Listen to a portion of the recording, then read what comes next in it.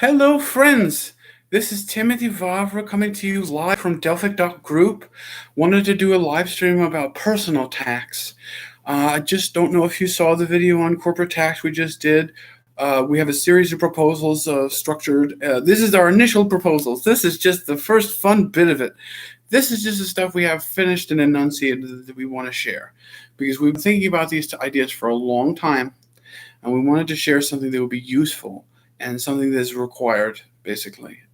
So I think this is a time in this world. Before this, if we were talking about 2015, if we were talking about 2008, going back in time, if we were talking about 1996, these were the times, and this is still the time to be talking about rethinking what personal tax is. And what I mean by that is, why is it that there's a factory worker who's 48 years old and that's what they do. They've been doing it for like 20 years, and that person, why do we tax them at like 30 something percent? And why don't we tax them more? And the answer is, why don't we tax them more? The answer is because they've got themselves and their families to provide for. And we can't grind people into nothing with taxes, excessive taxes. Because these are human beings that live lives, that's why we don't tax people to death. But paying your fair share is grand and all when you have a share to share with. If you've been disenfranchised so much, and most people have been to the point where they barely have anything left, they're barely making anything, it's like they don't have anything to take from. If you do, it's cruel, and it's not enough to say. It's not enough to say that we should not tax these people that are making like $10,000 a year. Okay, it's not enough to say that. There's really cool things being talked about. Certain people, Andrew Yang, certain people, Marianne Williamson, certain people have been saying things. Bernie Sanders, Mike Gravel, Dennis Kucinich, people who are worthy of respect, people who are worthy of your attention. And it's like, what we want to do is add our voice to the chorus of these people who are saying that basically something like UBI is cool and all and grand, but what it doesn't do is it doesn't incentivize work. And you know what incentivizes work, my friends? Fair compensation incentivizes work, okay? So what we're trying to do is we almost want to have a negative income tax. So when you have a cost of living and it puts you into severe deprivation, if you're making $10,000 a year and you're living off of your Social Security and you're making like very little money and you're like a little old lady teaching piano lessons, I talk about Mabel in one of my other videos, where it's like Mabel's charging $20 an hour to teach these piano lessons, and she's making $10,000 a year, and that's what she lives off of. And it's like, these are real figures that people live off of. These are real amounts that people have to survive off of, $10,000 a year or less sometimes. If you don't have to pay rent, sometimes these people in the South, they have low income, and then they have, in regards to that, if they have low incentive to work, then they don't, it doesn't incentivize them to do more. So ultimately, what we want to do is we want to subsidize the breadwinner. We want to incentivize work in the most compassionate way. And so, you can't convince Walmart to pay more than $8 an hour sometimes to their workers, even though they're worth more than that. They need to stay competitive, and this is the narrative we're sold. So instead of trying to negotiate with them for better wages for their workers, or any other business, you might be a little business, you can't barely afford more than whatever you can pay your employee. And it's like, that's the only way you can stay competitive. That's the only way you can compete. I don't judge those businesses. I don't think anyone should judge those businesses. What we should do is we should subsidize them through subsidizing the breadwinner. So if somebody's earning $8 an hour or if they're earning $10 an hour from Walmart, and they're making $15,000 a year, and that's not enough to live off of, okay? Let's be realistic here. Let's subsidize the people who are trying by saying, well, instead of $10 an hour, for every $10 an hour you earn from Walmart paying you that, we don't tax you anything. You keep your money in your pocket. You earned it.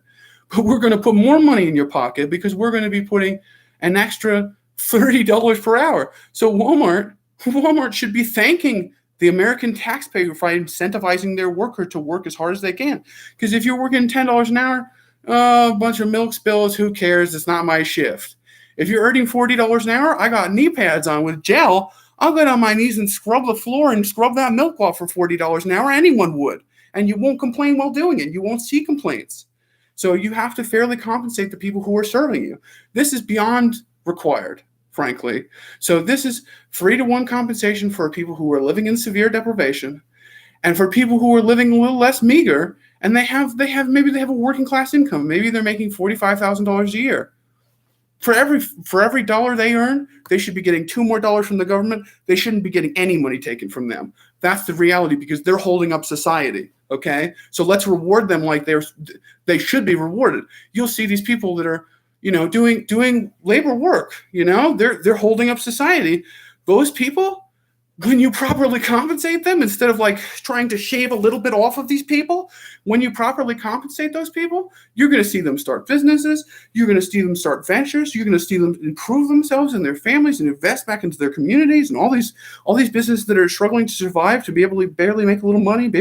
Maybe I can sell you a steak every once in a while. No, they'll be able to go and, they see, Mom told me. Let me tell you a little story about what my mother told me, okay? So there was a bank near where we lived, well, in Valhalla, okay, where she grew up and where I grew up too. And there was this thing that would happen. And these people would work for Ford. And this was back in the 60s and 70s. And they would come out of the bank, and they would have a little lemonade stand of 5 cents. And these people back then were earning $60 an hour. Can you imagine being in 1960 and be able to make a car and say that you earned $60 an hour? They had more money than they knew what to do with. And you know what they did? They shared it.